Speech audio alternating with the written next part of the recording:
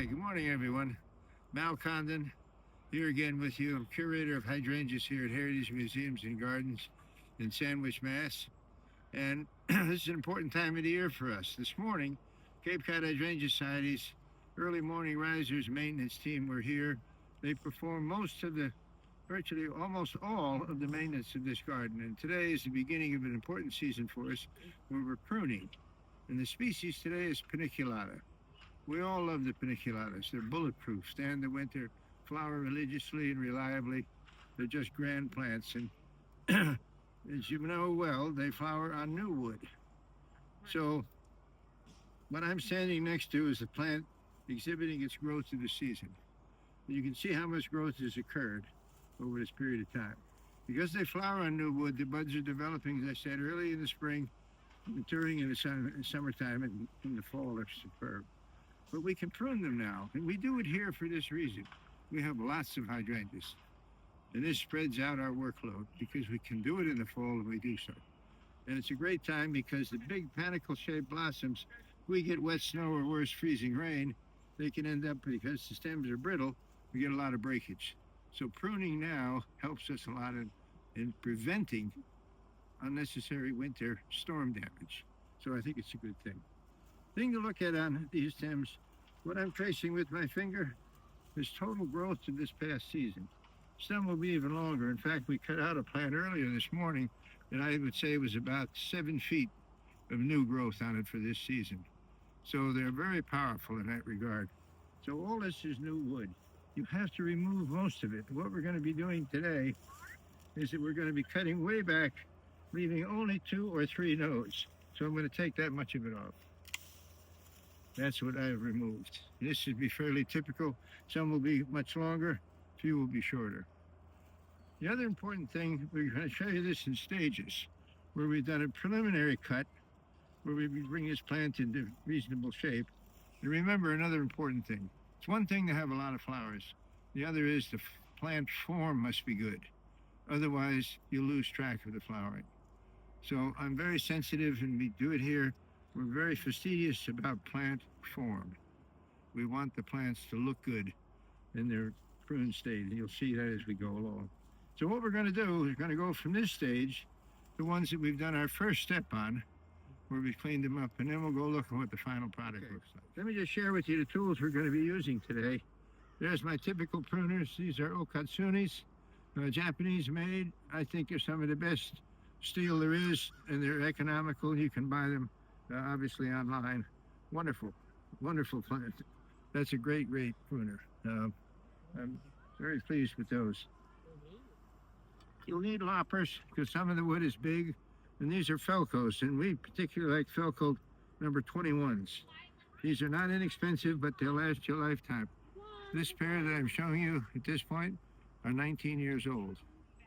I keep them in good shape right here at the sharpened end, and they do a hell of a good job. And lastly, and sometimes we have really big wood we have to deal with. And so these, this is a 20-volt DeWalt, but I think it's a great device. 20-volt powered electric saw. You see the blade that I have on it. You can reach down, take out big wood, make nice clean cuts.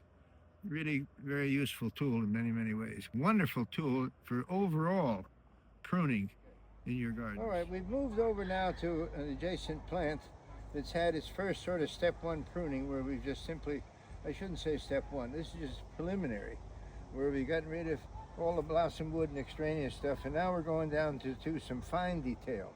And what we normally do is we only leave, and you can count these nodes, we've looked at those. I'm going to hold this up for you to look at again. But you see the stem I'm holding, and I'm pointing to the individual nodes. Buds will develop from these points, as I said, late in April, and that becomes the opportunity for new growth, stems developing and being flowers. So that's what we're removing because of so much growth that occurs during the summer. This year here on the Cape, we had a very dry summer, but we irrigate everything here. And we had wonderful growing conditions otherwise. Lots of sunny days, very little cloudiness. Temperatures for a summer maybe as good as it's been. An ideal vacation or summer, to tell you the truth. Now, if you didn't have irrigation, wouldn't do this well, but because we do, our plants get lots and lots of growth. So we have to remove that. But it gives us a great opportunity because the flowering was superb when you do this well. And that's what we're going at today. So when we look at stems like this, I'm only going to be keeping 2 or 3 nodes at the most on any stem. I'm also going to cut off necessary stuff in the center like that. Also where it's crowded more than we need, we remove it. We're tidying the whole plant up. Do we need all this length? Of course not. So that's what we're doing.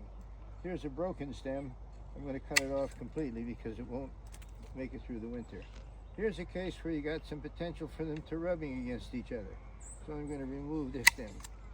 These, of course, are long. We're going to cut them back as we showed you.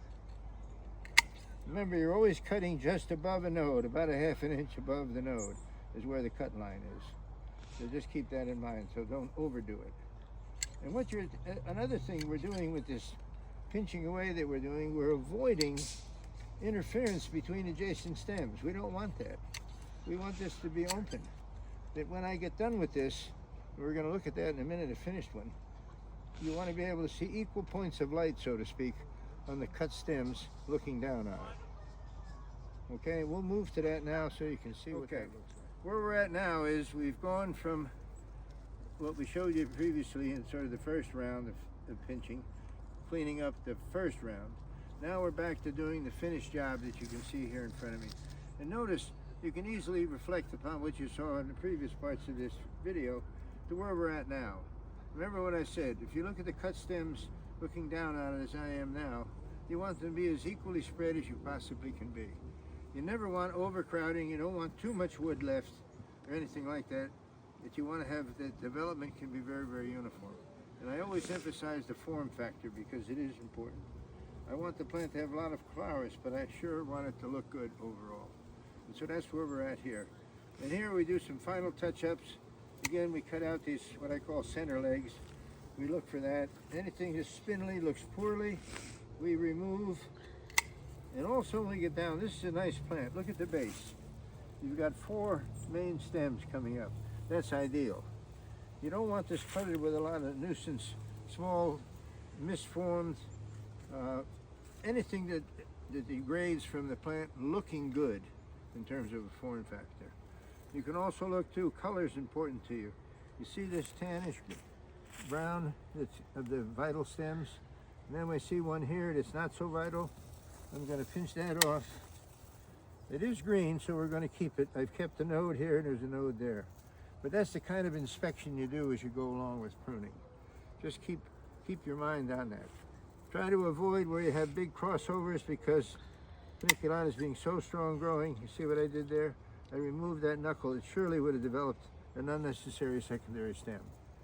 And so we don't want that. Here's one I've kept it short, but there is a node right here. It fills an area, if it does develop, that's currently vacant. So the reason of the look down is you want to end up with uniformity. Mary's getting in here to get a good shot. And she's scanning around too. This is a group that's already been done, as you can see. All the way around even. Now she's scanning to the left. You can see where we're at. And these all looked as big as what we showed you in the beginning, some even bigger.